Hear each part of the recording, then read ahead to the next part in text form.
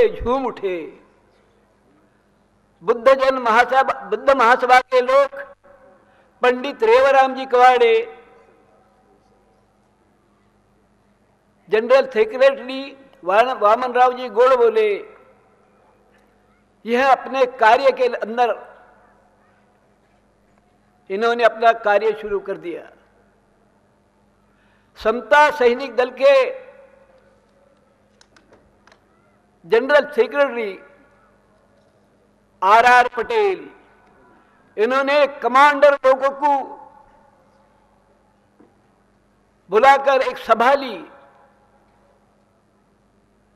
सभा के अंदर में सबको ऑर्डर दिया कि बाबा साहब अम्बेडकर 1956 को 14 अक्टूबर को अपने ही नागपुर शहर के अंदर धम्मांतर करने वाले हैं, इसलिए धम्मांतर की व्यवस्था ठीक से करो, इसलिए आप अभी से तैयारी करो। बाबा साहब अम्बेडकर की सुरक्षा कैसे होगी? शेड्यूल कास्ट फेडरेशन के लोग, जिसके जनरल सेक्रेटरी बाबू हरदास आवड़े थे मध्य प्रांत वराड के, उन्होंने भी कुछ समितियां स्थापन की। एक समिति ऐसी थी, यानी कहां कहां बाबा साहब को धोखा कर सकते हैं, ऐसा गुप्त डिपार्टमेंट स्थापन किया गया। कुछ लोग, कुछ सैनिक आरएसएस के ऑफिस के अंदर तैनात किए गए, कुछ लोग कांग्रेस के ऑफिस के अंदर में तैनात किए गए।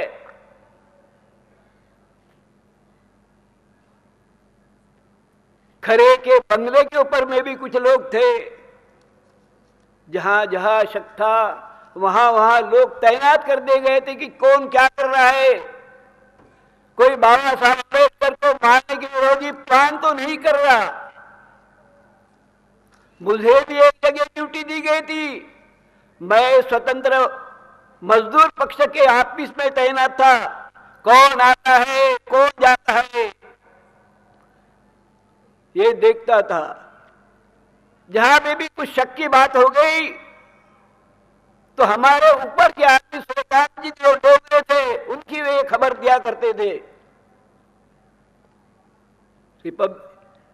शेड्यूल कास्ट फेडरेशन के पुढ़ारियों ने जगह जगह मीटिंगें करना शुरू कर दी। उसी के अंदर में 5 मार्च के अंदर में बाबू हरदास आवड़े ने एक ऐसा भाषण दिया, याद रखो बाबा साहब अम्बेडकर के धम्म दिशा के अंदर जो भी संकट पैदा करने का प्रयत्न करेगा, उसने पहले अपने औरत का सिंदूर पोंछ के आना चाहिए। हम सब तैयार हैं। इस तरह से बूढ़ों से लेके जवानों तक सब में जोश पैदा हुआ और बाबा साहब के धर्मांतर की रक्षा के लिए सब कटिबद्ध हो गए। इधर 10-11 अक्टूबर को बाबा साहब दिल्ली से नागपुर आ रहे थे। उनके सत्कार के लिए पंडित रेवाराम जी कवाड़े, वामन राव जी गोड़ बोले, दशरथ पटेल और सदानंद जी फूलझेड़े और भी कुछ लोग थे थोड़े। वो विमानतल के ऊपर में गए, जैसे बाबा साहब उतरे उनके गले में हार डालकर उसका सत्कार किया और बाद में श्याम होटल के अंदर दाखिल हुए। जब श्याम होटल के अंदर बाबा साहब दाखिल हुए, समता सैनिक दल के लोगों ने श्याम होटल को घेर लिया। कौन आता है, पूरी पूछताछ करने के बाद में भी छोड़ा जाता था, वरना नहीं। इस तरह से बाबा साहब अम्बेडकर की सुरक्षा के लिए समता सैनिक दल पूरा तैयार था। 13 तारीख को शाम को शेड्यूल कास्ट फेडरेशन के लोगों की ऊंटखाना के अंदर, स्कूल के अंदर कार्यकर्ताओं की ऑल इंडिया की मीटिंग हुई। मीटिंग के अंदर में धर्मांतर की चर्चा चली। दादा साहब बीके गायकवाड़ बोले, अब बाबा साहब अम्बेडकर को क्या आवश्यकता है धर्मांतर की? अरे 2 महीने के बाद में तो इलेक्शन होने वाला है, इसका परिणाम उसमें नहीं होगा क्या? सारे ऑल इंडिया के कार्यकर्ता दादा साहब गायकवाड़ का मुंह देखते रहे, किंतु एक नाई का नाम खड़ा हुआ जिसका नाम बाबू हरदास आवड़े था। उसने जेब में से बाबा साहब अम्बेडकर का लेटर निकाला। दादा साहब, बाबा साहब इस लेटर के अंदर कहते हैं कि धर्मांतर की व्यवस्था ठीक से करो, ऐसे इलेक्शन आएंगे जाएंगे, धर्मांतर पहले होगा। तब दादा साहब गायकवाड़ के फेवर में ऑल इंडिया का एक भी कार्यकर्ता नहीं आ रहा। ये बात गोड़ बोले साहब को, गोड़ बोले के कुछ लोग थे, वो उन्होंने उनको बताया कि ऐसा ऐसा भी हो रहा है। गोड़ बोले साहब ने ये बात बाबा साहब को कही कि बाबा ऐसा हो रहा है, ठीक है सबको बुलाओ। 36 नंबर का रजिस्टर गोड़ बोले साहब ने बाबा साहब अम्बेडकर के हाथ में दिया। मैं नशा पानी ना करते हुए होश हवास के अंदर में बौद्ध धर्म की दीक्षा दे रहा हूं। बाबा साहब ने पहली सही की, दूसरी सही सविता अम्बेडकर ने की, तीसरी सही बाबू हरदास आवड़े ने की, चौथी सही दादा साहब गायकवाड़ ने की। इस तरह से उपस्थित कार्यकर्ताओं ने सही की। तारीख 14 को सुबह 7 बजे बैरिस्टर राजाबाबू खोबरागड़े, जीओसी ससाड़ेकर और बाबू हरदास आवड़े, जहां बाबा साहब दीक्षा देने वाले थे, उस मैदान के अंदर में आए। स्टेज के नीचे घुसे, स्टेज के नीचे की जमीन थपथपा के देखने लगे। कोई ने एटम बम यानी टाइम बम तो नहीं रखा, कोई ने सुरंग तो नहीं रखा यहाँ पे, कोई ने स्फोटक चीजें तो नहीं रखा। ये उन्होंने देखने के बाद में फिर वापस गए। चारों तरफ से सफेद साज पहने हुए लोगों के, भाई और लोगों, महिलाओं के, पुरुषों के जत्थे आ रहे थे। पूरा ग्राउंड खचाखच भर गया। उस पिंडाल को 2 दरवाजे थे, 2 गेट थे। एक गेट से बाई आ जाती थी, दूसरे गेट से आदमी जाते थे। संता सैनिक दल के लोग बीच बीच में बोलते थे, अभी हट जाओ यहाँ से, बाबा साहब आ रहे हैं, इसी दरवाजे से आ रहे हैं, अभी यहाँ कोई मत रहो, अंदर जाओ, अपनी अपनी जगह पकड़ लो। थोड़ी देर के बाद में एक मोटर आई। बाबा साहब अम्बेडकर कह के लोग आकाश पाताल एक करो, बौद्ध धर्म का स्वीकार करो, परम पूज्य बाबा साहब अम्बेडकर की जय, महाकारुणिक बुद्ध की जय, ऐसे नारे लगाने लगे। किंतु जो मोटर आई उसमें से चंद्रमणि जी उतरे, कुछ भिक्षु लोग उतरे, पंडित रेवाराम जी कवाड़े उतरे, माननीय गोड़बोले साहब उतरे और स्टेज के ऊपर में गए। लोग थोड़े नर्वस हो गए, किंतु गेट के ऊपर से ऐलान होता था, बाबा साहब अम्बेडकर आ रहे हैं, अभी श्याम होटल के अंदर से निकल गए हैं। जहां पिंडाल था पूरब के अंदर में एक कॉर्नर के अंदर में एक बोरिया को हटाया गया, वहां से एक रास्ता बनाया गया था, गुप्त गेट। वहां से बाबा साहब अंदर गए। अंदर जाने के बाद में बाबा साहब जब ऊपर चढ़े तो लोक के अंदर में जय जयकार का शुरुआत होगा। बाबा साहब अम्बेडकर की जय, महाकारुणिक बुद्ध की जय, आकाश पाताल एक करो, बुद्ध धर्म का स्वीकार करो, ऐसी घोषणा होने लगी। थोड़े देर के बाद लोगों को शांत किया, लोग शांत हो गए। बाबा साहब अम्बेडकर ने महाकारुणिक तथागत की पूजा की और खड़े हुए सर्वप्रथम उन्होंने अपने पिताजी सूबेदार रामजी अम्बेडकर को श्रद्धांजलि अर्पित की। उसके बाद में चंद्रमणि जी ने, जिन्हें बाबा साहब अम्बेडकर को दीक्षा दी, और बाबा साहब अम्बेडकर ने लाखों लोगों को दीक्षा दी। श्री शरणानंद पंचशील और 22 प्रतिनिधि के दीक्षा समारंभ 1 घंटे के अंदर खत्म हो गया। तारीख 15 को दीक्षा ग्राउंड के ऊपर हुए बाबा साहब अम्बेडकर का 2 घंटे का भाषण हुआ। उस भाषण के अंदर में कल का दिन आ जाता और आज का दिल कल आया होता तो बहुत अच्छा होता, किंतु ऐसे दिन की अदली बदली हो गई तो कुछ बिगड़ा नहीं। मतलब 14 की जो दीक्षा होने वाली थी ये 15 को होती और 15 का कार्यक्रम 14 को होता तो अच्छा होता, किंतु जो होने का हो गया। बाबा साहब अम्बेडकर ने वो 2 घंटे के भाषण के अंदर कभी भी राजा अशोक का नाम नहीं लिया। उस 2 घंटे के भाषण के अंदर में कभी भी विजयादशमी और दशहरे का नाम नहीं लिया। 2 घंटे का भाषण खत्म हो गया। दोपहर के अंदर में शेड्यूल कास्ट फेडरेशन के कार्यकर्ताओं ने बाबा साहब अम्बेडकर को चाय पार्टी दी शाम होटल के अंदर में। उसके बाद में रात में 7 साढ़े 7 बजे कारपोरेशन के लोगों ने बाबा साहब को जो मान पत्र दिया था वहां पे बाबा साहब का भाषण हुआ। दूसरे दिन सुबह यानी तारीख 16 को बाबा साहब अम्बेडकर चंद्रपुर के लिए रवाना हुए। उसके उनके मोटर के साथ हमारी भी एक मोटर बस की गई थी।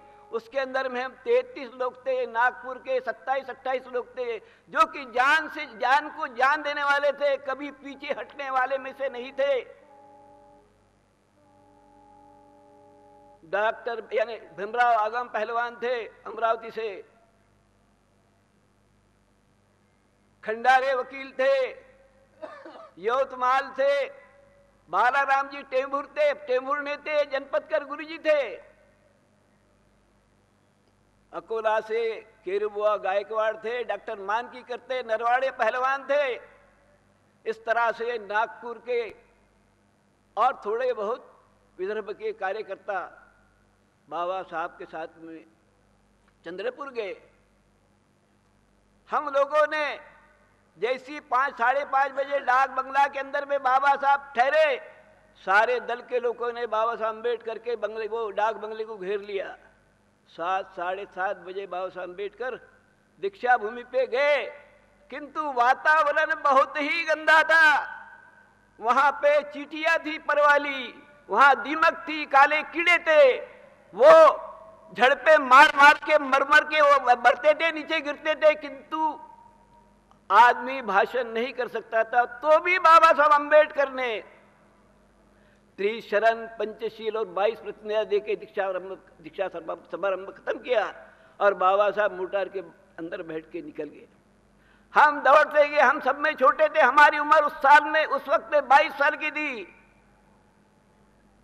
हम दौड़ के गए, ड्राइवर ने गेट खोला, हमने बाबा साहब की लकड़ी पकड़ी, 2 कदम आगे नहीं बढ़ते तो कोई जाधव नाम का आदमी आया और उस बाबा साहब के कंधे पे हाथ रख के बाबा साहब डाक बंगले के अंदर जाके बैठे। दूसरे दिन सुबह हमने चंद्रपुर के समता सिंह दल को बाबा साहब के लिए रक्षा के लिए रख दिए और हम निकल आए। इस तरह से बाबा साहब अम्बेडकर ने नागपुर और चंद्रपुर के अंदर में 7-8 लाख लोगों को धम्म दीक्षा दी। इससे संसार के अंदर में भारत का नाम ऊंचा होने वाला था, ये देश पूरा बौद्ध होने वाला था, यहां की जातियां टूटने वाली थी, इस देश के चातुर्वर्ण का सत्यानाश होने वाला था। 33 कोटि देवों का सर्वनाश था। इसलिए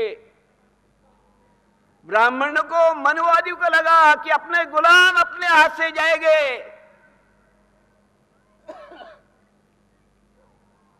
अपने मैयत के अंदर में, शादी ब्याह के अंदर में बाजा कौन बजाएगा? अपनी चप्पल जूते कौन सिएगा, कौन बनाएगा, अपने बाल कौन कटवाएगा, अपने कपड़े कौन धोएगा, अपनी गंदगी कौन उठाएगा। अपने गुलाम अपने हाथ से निकल जा रहे हैं। इसलिए हमेशा की परंपरा उन्होंने चलाई कि बहुजन समाज के लोगों को, मूल निवासियों को ये आदमी ऊपर उठा रहा है। इसलिए उन्होंने षड्यंत्र शुरुआत की, अपनी परंपरा की शुरुआत की। जैसे कि आज तक के उन्होंने बहुत से लोगों को मारा है। ज्योतिबा गए, कबीर साहब गए, तुकाराम महाराज गए, संभाजी गए, शिवाजी गए।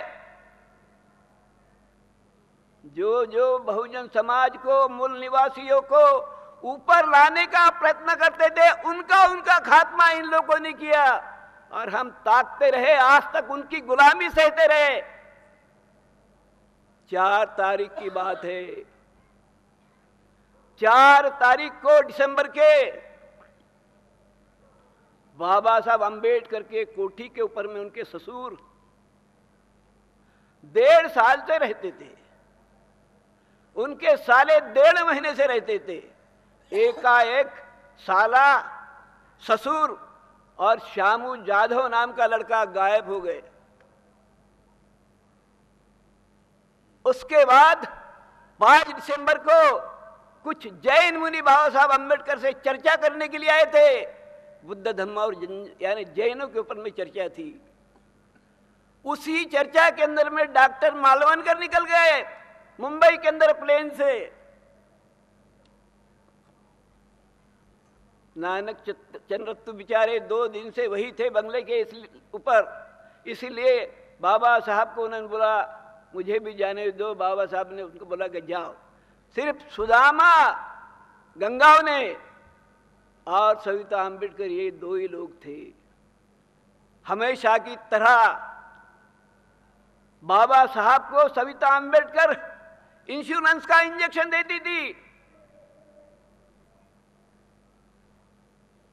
बाबा साहब 12 के दरमियान जब अंदर गए तो बाबा साहब अंबेडकर को इंश्योरेंस का इंजेक्शन दिया गया।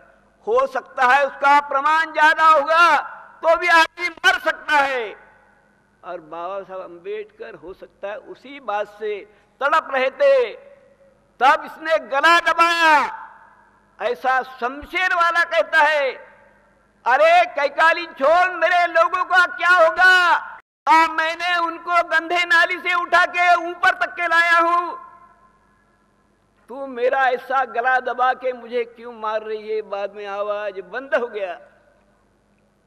सुबेरे सविता अंबेडकर ने उसी डॉक्टर मालवणकर को, जो बाबा साहब अंबेडकर का फैमिली डॉक्टर था, उसको तार किया। वो गए।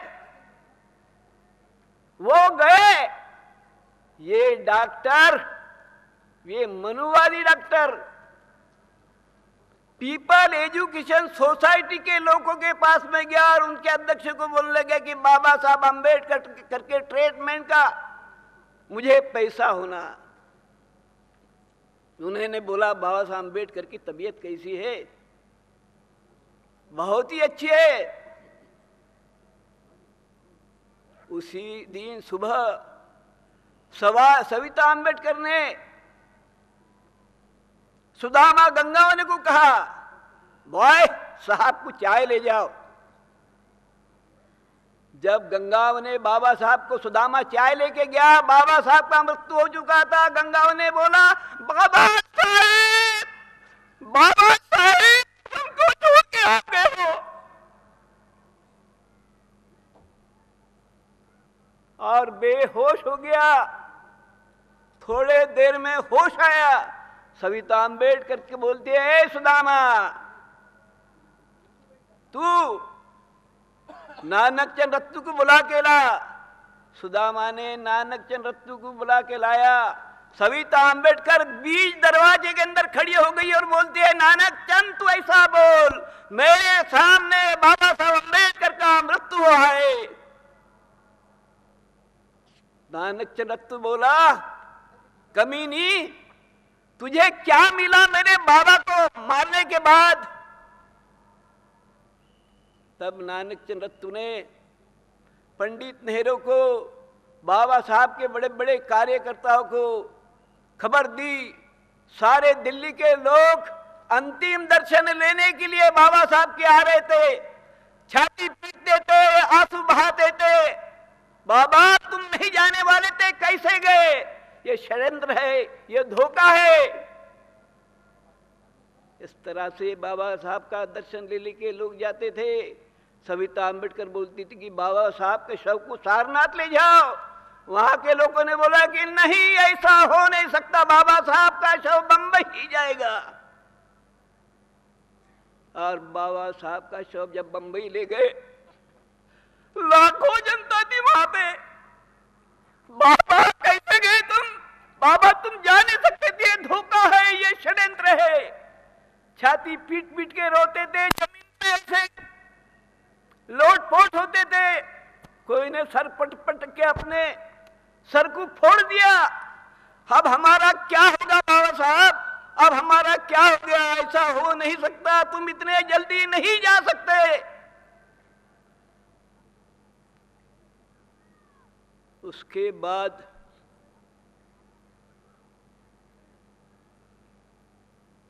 सत्ता यानी के बाद में 1957 के अंदर में इलेक्शन आया। जनवरी महीने के अंदर में इलेक्शन हो गया। हमारे 10 खासदार चुन के आए। दीघे आए, साड़ून के आए, बीसी कामड़े आए, दादा साहब गायकवाड़ आए, जी के माने आए, कट्टी आए, हरिहर राव सोनूली आए, दादा सोनूली आए, एन शिवराज आए, केटी परमार आए और बैरिस्टर खोबरागड़े राज्यसभा के अंदर में गए। ऐसे हमारे 10 लोग चुन के आए। और पहले ही सत्र के अंदर में उन्होंने कहा बाबा साहब अंबेडकर के मृत्यु का अहवाल सादर होना ही चाहिए। गोविंद वल्लभ पंत बोलने लगे कि बाबा साहब अंबेडकर का मृत्यु ये नैसर्गिक हुआ है। उन्होंने बोला कि नहीं, हमारा हर आदमी, हम अंबेडकर ये बोल रहा है कि बाबा साहब का खून हुआ है। हमारे बाबा साहब इतने जल्दी नहीं जा सकते थे। उसके बाद में लाखों लोगों के जुलूस ले गए। 35 लोगों ने पार्लियामेंट से वॉकआउट किया। तब कहीं गोविंद वल्लभ कहते कि ठीक है, बाबा साहब अंबेडकर का करके मृत्यु का अहवाल कुछ अंश के अंदर हम बता सकते हैं। कामरेड डांगे और बैरिस्टर नाथपई को, अरे ये हमारे नाथपई और बैरिस्टर का कामरेड डांगे होते हैं कौन? बाबा साहब अंबेडकर का मृत्यु हमें बताया जाए। ठीक है, तुम्हें भी बताएंगे, किंतु तुमने बोलना नहीं, इसके ऊपर में लिखना नहीं। हमने लिखना नहीं, बोलना नहीं, तो सरकार ने जाहिर करना चाहिए बाबा साहब अंबेडकर के मृत्यु का अहवाल। किंतु सरकार ये नहीं कर सकी। कुछ दिन के बाद में 3 अक्टूबर 1957 को रिपब्लिकन पार्टी की स्थापना हुई। 3 अक्टूबर 1958 को रिपब्लिकन पार्टी टूट गई। आपस में 2 गठ लड़ते रहे। बाबा साहब अंबेडकर के मृत्यु का अहवाल ठंडे बस्ते में गिर गया। मुझे भी 20 साल की सजा लगी, मैं भी जेल में गया। जेल के अंदर से जब मैं वापस आया तो मैंने महारों का महान दिव्य नाम का एक पुस्तक लिखा। उसके बाद में सविता अम्बेडकर का ये पुस्तक लिखा। किंतु नाम की गड़बड़ी थी। मैंने अपने समता सैनिक दल के कुछ खास 5-6 लोगों को बुलाया और उनको बोला बाबा साहब की किताब का नाम मैं क्या रखूं? तो बोलते थे भाई बाबा साहब अम्बेडकर के मृत्यु का षड्यंत्र ऐसा लिखो। किंतु हमारे हरीश चांदे जो समता सैनिक दल के अध्यक्ष थे, उन्होंने बोला लोखंडे जी एक बात करो, तुम जेल में जाना चाहते हो क्या? हमने बोला अभी तो 20 साल की काट के आए हूं और 5-6 साल सही। अरे बाबा साहब के नाम पे जान दे सकते तो सजा की क्या गरज है? में हम तो कभी भी दे सकते हैं, सजा भोग सकते हैं। फिर लिखो बाबा साहब अम्बेडकर के करका यानी खूनी सविता अम्बेडकर। और हमने ये पुस्तक जाहिर की। जब हमने ये पुस्तक जाहिर की और जब ये पुस्तक प्रकाशित हो गई तो जगह जगह सविता अम्बेडकर का लोग अपमान करने लगे। एक दिन औरंगाबाद के अंदर से दलित पैंथर के लोग सविता अम्बेडकर को 20 साल तक ये छुप रही थी, अपना मुंह नहीं बता सकती थी। यही पैंथरों ने उसको सामने लाया, लोगों के अंदर मिलाने की बात की और मिलाया। जगह जगह उसकी मीटिंग लेते थे। ऐसी एक मीटिंग औरंगाबाद के अंदर हो गई और मीटिंग से वो आती थी सविता अम्बेडकर, ये रामदास आठवले, दोनों तरफ लोग, दोनों यानी रोड के बाजू में लोग तैयार थे। उन्होंने 50-100 किताबें ले लिए थे, बाबा साहब अम्बेडकर का खूनी सविता अम्बेडकर। जब नजदीक आई बाबा साहब अम्बेडकर का खूनी सविता अम्बेडकर, सविता अम्बेडकर, सविता अम्बेडकर, नीचे मुंडी डाल के वो जाने लगी। उसका अपमान जहां जहां होने लगा, उसको बड़ा विचार आया। तब उसने ये किताब लिखा। उस किताब का नाम था बाबा साहब के सहवास में। ये किताब मुझे एल.आर. बाली साहब ने पुणे से ला के दिया। वो मैं पुस्तक अच्छे से पढ़ा, मेरे ऊपर में इनडायरेक्ट टीका थी। मैंने सविता अम्बेडकर का भंडाफोड़ ये किताब लिखा। उसके अंदर ये भी लिखा, तू नीतिवान होगी, तू चारित्र संपन्न होगी, तूने सचमुच बाबा साहब अम्बेडकर का खून नहीं किया होगा तो ये तू खुद ही मांगकर बाबा साहब अम्बेडकर की मृत्यु की। किंतु सविता अम्बेडकर ये भी नहीं कर सकी। ये बड़ा बुरी बात है। किंतु उसके बाद में नए जनरेशन को ये बात मालूम नहीं थी। हमारे खराज साहब ने किताब लिखी बाबा साहब का खूनी, और आने वाले पीढ़ी को ये बताया कि बाबा साहब अम्बेडकर के खून का बदला हम खून से नहीं लेंगे। बाबा साहब अम्बेडकर ने इस देश का संविधान लिखा है। हम बहुसंख्यक लोग हैं, 85% है। हमने ईमानदारी से अपना वोट अपने ही लोगों को दिया, तो हम ब्राह्मणवादियों का बदला ले सकते हैं। तुम सच्ची बाबा साहब की औलाद हो गए तो खून का बदला वोटों से लोगे। इतना ही बोल के मैं अपने 2 शब्द पूरे करता हूं। जय भीम, जय भारत, जय मूल निवासी।